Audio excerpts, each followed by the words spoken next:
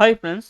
ECIL நிறுவனம், அதாவது electronics corporation of India limited வந்து பார்த்தீங்கன்னா வேலைவாய்ப்புக்கான நோட்டிஃபிகேஷன் வந்து வெளியிட்டிருக்காங்க. அதாவது கிராஜுவேட் இன்ஜினியர் ட்ரைனி அப்படின்னு சொல்லிட்டு ஜிஇடி. ஓகேங்களா? அதை பற்றின முக்கியமான விவரங்களா பார்க்கலாம். அதாவது இன்ஜினியரிங்கில் வந்து என்னென்ன டிசிப்ளின் சொல்லிட்டு வந்து பார்ப்போம், வேகன்சி பார்ப்போம். போஸ்ட் வந்து நம்ம ஆல்ரெடி சொல்லியாச்சு, கிராஜுவேட் இன்ஜினியர் ட்ரைனிங் ஜிஇடி அப்படின்னு சொல்லிட்டு. இசிஇ அதுக்கு பார்த்தீங்கன்னா 34 வேகன்சி. இசிஇயில் இசிஇ எலக்ட்ரானிக்ஸ் அண்ட் டெலிகம்யூனிகேஷன். ஓகேங்களா? அதெல்லாம் சேர்ந்து வரும் 34 வேகன்சி. அதுக்கப்புறம் இஎன்ஐ. ஓகேங்களா? இன்ஸ்ட்ருமெண்டேஷன் இந்த டிசிப்ளின் வந்து பார்த்தீங்கன்னா 2 வேகன்சி. சிஎஸ்சி இன்ஃபர்மேஷன் டெக்னாலஜி இந்த டிபார்ட்மெண்ட்டுக்கு வந்து பார்த்தீங்கன்னா 18 வேகன்சி. மெக்கானிக்கலுக்கு வந்து 16 வேகன்சி. ட்ரிபிள் எலக்ட்ரிக்கலுக்கு வந்து 5 வேகன்சி. சிவிலுக்கு வந்து 3 வேகன்சி. கெமிக்கலுக்கு வந்து 2 வேகன்சி. டோட்டலாக வந்து பார்த்தீங்கன்னா 7 கேட்டகரி போஸ்ட்டுக்கு வந்து 7 கேட்டகரி டிசிப்ளினுக்கு வந்து பார்த்தீங்கன்னா டோட்டலாக 80 வேகன்சி சொல்லியிருக்காங்க. ஸோ குவாலிஃபிகேஷனை பொறுத்த வரைக்கும் நீங்கள் இவங்க சொல்லியிருக்கிற டிசிப்ளினில் நீங்கள் ஃபுல் டைம் இன்ஜினியரிங் வந்து முடிச்சிருக்கணும். சரிங்களா? பிடெக் வந்து முடிச்சிருக்கணும்னு சொல்லியிருக்காங்க. Minimum 60% mark. ஓகேங்களா? கண்டிப்பாக இருக்கணும்னு சொல்லியிருக்காங்க. சரிங்களா? அதையும் நோட் பண்ணிக்கோங்க. உங்களுக்கு பே ஸ்கேல் வந்து பார்த்தீங்கன்னா 40,000லேருந்து 1,40,000 வரைக்கும் இருக்கும் அப்படின்னு சொல்லியிருக்காங்க. சரிங்களா? அதே போல் ஏஜ் லிமிட் வந்து பார்த்தீங்கன்னா யூஆர் கோட்டா கேண்டிடேட்டுக்கு வந்து 27 இயர்ஸ் அப்பர் ஏஜ் லிமிட் அப்படின்னு சொல்லியிருக்காங்க. அதாவது 30 ஏப்ரல் 2025 அதன்படி தான் கால்குலேட் பண்ணுவோம் சொல்லியிருக்காங்க. சரிங்களா? அதே போல் இங்கே சொல்லியிருக்கிற டிசிப்ளின் தான் நீங்கள் இன்ஜினியரிங்கே முடிச்சிருக்கணும். மற்றபடி அதை சார்ந்து இருக்கிற, அதாவது டியூயல் கோர்ஸ், கம்பைன்டு டிகிரி இந்த மாதிரிலாம் முடிச்சிருக்கக்கூடாதுன்னு சொல்லியிருக்காங்க. அதாவது ஆட்டோமொபைல் இன்ஜினியரிங், மெக்காட்ரானிக்ஸ், கன்ஸ்ட்ரக்ஷன் அது போல் எக்ஸட்ரா அந்த மாதிரி வந்து படிச்சிருந்தா நாட் எலிஜிபிள் அப்படின்னு சொல்லியிருக்காங்க. சரிங்களா? இங்கே என்ன டிசிப்ளின் இருக்கோ அந்த டிசிப்ளின் தான் நீங்கள் வந்து பார்த்தீங்கன்னா நீங்கள் இன்ஜினியரிங் கோர்ஸே முடிச்சிருக்கணும்னு சொல்லியிருக்காங்க. அதையும் நோட் பண்ணிக்கணும். ஓகேங்களா? அதுக்கப்புறம் ஃபைனல் இயர் ஸ்டூடெண்ட். ஓகேங்களா? நீங்கள் ஃபைனல் இயர் படிக்கிறீங்களா இல்லை ஃபைனல் செமஸ்டர் படிக்கிறீங்களா, நீங்களுமே வந்து பார்த்தீங்கன்னா எலிஜிபிள் டு அப்ளை அப்படின்னு நீங்களும் அப்ளை பண்ணலாம் அப்படின்னு சொல்லியிருக்காங்க. அதையும் நோட் பண்ணிக்கோங்க. ஓகேங்களா? ஸோ நீங்கள் வந்து பார்த்தீங்கன்னா செலக்ட் ஆகிறப்போ நீங்கள் வந்து எக்ஸாம்லாம் இதெல்லாம் அட்டன் பண்ணுறீங்க, நீங்கள் வந்து ஷார்ட் லிஸ்ட் பண்ணுற ஸ்டேஜில் வந்து போனீங்கன்னா கண்டிப்பாக நீங்கள் அந்த டைமில் உங்கள் இந்த மார்க் ஷீட்லாம் ப்ரொடியூஸ் பண்ணுற மாதிரி இருக்கும். சரிங்களா? கன்சால்டேட் மார்க் ஷீட்லாம் ப்ரொடியூஸ் பண்ணுற மாதிரி இருக்கும்.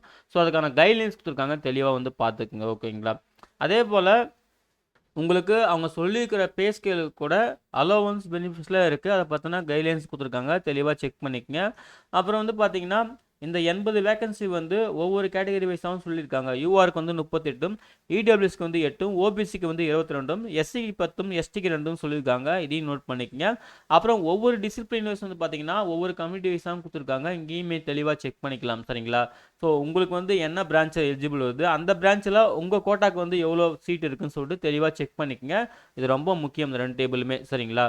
அதுக்கப்புறம் ஏஜ் லிமிட் பற்றி அகைன் வந்து டீட்டெயிலாக சொல்லியிருக்காங்க. அப்பர் ஏஜ் லிமிட் வந்து 27 இயர்ஸ் சொல்லியிருக்காங்க இல்லையா?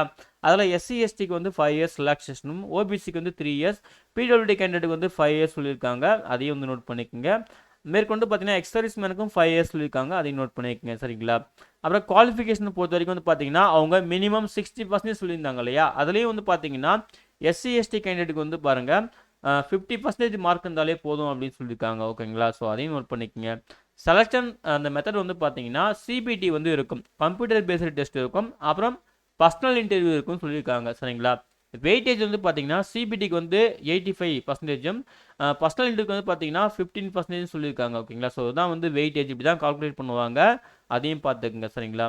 நீங்கள் வந்து பார்த்தீங்கன்னா அதாவது சிபிடிலையும் சரி பர்சனல் இன்டர்வியூவும் சரி 50% மார்க் வந்து இண்டிவிஜுவலாக வந்து செக்யூர் பண்ணணும். ஓவராலாக வந்து பார்த்தீங்கன்னா, அதாவது ஓவராலாக வந்து பார்த்தீங்கன்னா 60% வந்து இருக்கணும் அப்படின்ற மாதிரி சொல்லியிருக்காங்க. ஸோ தெளிவாக வந்து நோட் பண்ணிக்கோங்க. ஓகேங்களா? அப்ளை பண்ணி முடிச்சதுக்கப்புறம் உங்கள் அப்ளிகேஷன் வந்து எலிஜிபிள் ஆயிடுச்சுன்னா நீங்கள் உங்களை வந்து சிபிடி கால் பண்ணுவாங்க. சிபிடி முடிஞ்சதுக்கப்புறம் பார்த்தீங்கன்னா பர்சனல் இன்டர்வியூக்கு வந்து கால் பண்ணுவாங்க. சரிங்களா? அதோட பர்ஃபார்மன்ஸ் பேஸ் பண்ணி பர்சனல் இன்டர்வியூ கால் பண்ணுவாங்க.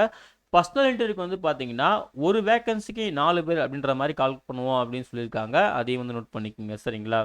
அப்புறம் சிபிடியோட இந்த டீட்டெயில்ஸ் கொடுத்துருக்காங்க. சரிங்களா? என்னென்ன சிட்டியில் வந்து எக்ஸாம் நடக்கும்னு சொல்லிட்டு நம்ம தமிழ்நாடு பொறுத்த வரைக்கும் பார்த்தீங்கன்னா சென்னை சொல்லியிருக்காங்க. ஸோ அப்ளை பண்ணும்போது தெளிவாக கொடுத்து அப்ளை பண்ணிக்கோங்க. ஓகேங்களா? சிபிடி வந்து பார்த்தீங்கன்னா மல்டிபிள் சாய்ஸ் கொஸ்டின் டைப் தான். இதுக்கு வந்து 120 மினிட்ஸ், அதாவது 2 ஹவர்ஸ் வந்து டைம் இருக்கும்னு சொல்லியிருக்காங்க. மொத்தமாக 100 கொஸ்டின்ஸ் சொல்லியிருக்காங்க. சரிங்களா? பிடபிள்யூடி கேண்டிடேட்டுக்கு வந்து எக்ஸ்ட்ரா வந்து 20 மினிட்ஸ் டைம் தருவோம் அப்படின்னு சொல்லியிருக்காங்க. அப்புறம் ஒரு கொஸ்டினுக்கு வந்து 1 மார்க், டோட்டலாக வந்து 100 கொஸ்டின், அப்போ 100 மார்க். ஓகேங்களா? இதுக்கு நெகட்டிவ் மார்க்குமே இருக்குது. நீங்கள் வந்து ராங்காக ஆன்சர் பண்ணீங்கன்னா ஒரு ராங் ஆன்சருக்கு வந்து 0.25 மார்க் வந்து நெகட்டிவ் பண்ணணும்னு சொல்லியிருக்காங்க. கொஷின் பேப்பர் வந்து பார்த்தீங்கன்னா இங்கிலீஷ், ஹிந்தி 2 லாங்குவேஜில் மட்டும்தான் இருக்கும்னு சொல்லியிருக்காங்க. அதையும் வந்து பார்த்துக்குங்க. சரிங்களா?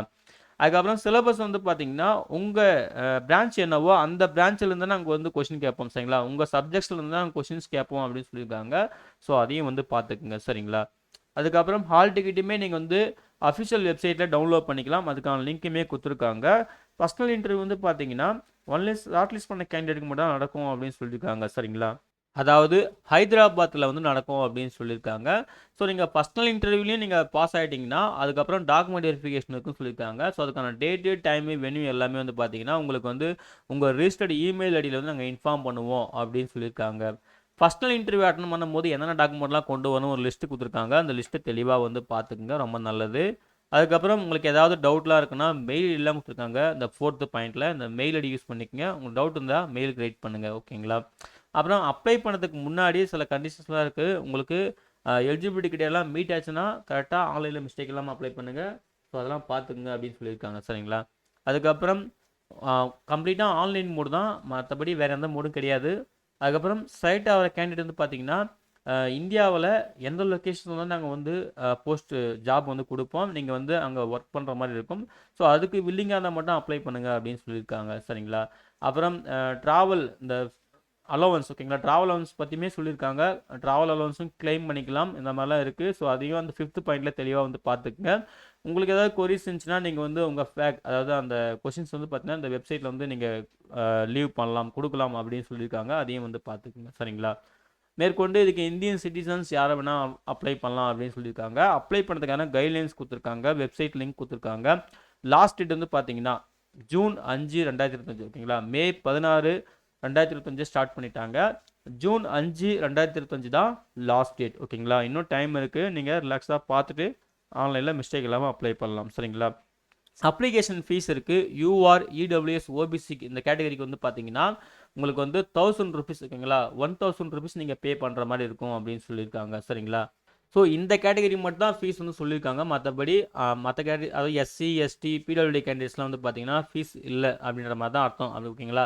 ஸோ அதான் தெளிவாக சொல்லியிருக்காங்க. Only UR, EWS, OBC category மட்டும் ஃபீஸ் பே பண்ணுற மாதிரி இருக்கும், ஓகேங்களா? 1000 ருபீஸ் பே பண்ணணும், அதுவுமே நான் ரீஃபண்டபுள் அப்படின்னு சொல்லியிருக்காங்க. நீங்கள் வந்து ஆன்லைன்லேயும் பே பண்ணலாம், இல்லை நியர்பை எஸ்பிஐ பிரான்ச்லேயும் பே பண்ணலாம் அப்படின்னு சொல்லியிருக்காங்க. ஸோ நீங்கள் வந்து ஒரு சலானை வந்து ஜென்ரேட் பண்ணுற மாதிரி இருக்கும். ஆன்லைனில் அப்ளை பண்ணும்போது சலான் வந்து ஜென்ரேட் பண்ணுற மாதிரி இருக்கும். அதை வச்சு நீங்கள் உங்கள் நியர்பை எஸ்பிஐ பிரான்ச்சிலுமே பே பண்ணலாம் அப்படின்னு சொல்லியிருக்காங்க. அதுக்கான கைட்லைன்ஸ் கொடுத்துருக்காங்க, தெளிவாக செக் பண்ணிக்கோங்க. அதுக்கப்புறம் மேலும் முக்கியமான டேட் சொல்லியிருக்காங்க. மே 16 ஆன்லைன் அப்ளிகேஷன் ஓப்பன் ஆயிடுச்சு. ஜூன் 5, 2025 தான் லாஸ்ட் டேட் அப்படின்னு சொல்லியிருக்காங்க. ஹால் டிக்கெட் வந்து பார்த்தீங்கன்னா வெப்சைட்டில் வந்து நாங்கள் அறிவிப்போம் அப்படின்னு சொல்லியிருக்காங்க, ஓகேங்களா? அதே போல் நீங்கள் வந்து இன்டர்வியூக்கான ஹால் டிக்கெட்டையும் அதே வெப்சைட்டில் டவுன்லோட் பண்ணிக்கலாம். அதுக்கான இன்ஃபர்மேஷன் நாங்கள் வந்து கம்யூனிகேட் பண்ணுவோம், மெயில் கம்யூனிகேட் பண்ணுவோம் சொல்லியிருக்காங்க. அதையும் வந்து நோட் பண்ணிக்கோங்க சரிங்களா? மேற்கொண்டு ஏற்கனவே சொன்னது தான், உங்களுக்கு ஏதாவது டவுட் இருந்துச்சுன்னா அந்த மெயிலுக்கு வந்து நீங்கள் மெயில் ரைட் பண்ணிக்கலாம்னு சொல்லிட்டு கடைசியாக சொல்லியிருக்காங்க. அவ்வளோதான் ஃப்ரெண்ட்ஸ். இதுதான் வந்து பார்த்தீங்கன்னா இசிஐஎல் நிறுவனம் அது வச்சுருந்த கிராஜுவேட் இன்ஜினியர் ட்ரைனி, சரிங்களா? இந்த இந்த போஸ்ட்டுக்கான முக்கியமான விவரங்கள், ஓகேங்களா? அப்ளை பண்ணுறதுக்கு முன்னாடி நோட்டிஃபிகேஷனை கிளியராக ஒரு டைம் பாருங்கள். பார்த்துட்டு உங்களுக்கு எலிஜிபிலிட்டி கிட்டெல்லாம் ஃபுல்ஃபில் ஆச்சுன்னா ஆன்லைனில் மிஸ்டேக் இல்லாமல் அப்ளை பண்ணுங்கள் சரிங்களா?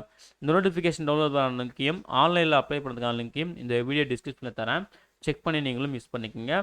அப்ளை பண்ணுற எல்லாருக்கும் wish all the best. Thank you.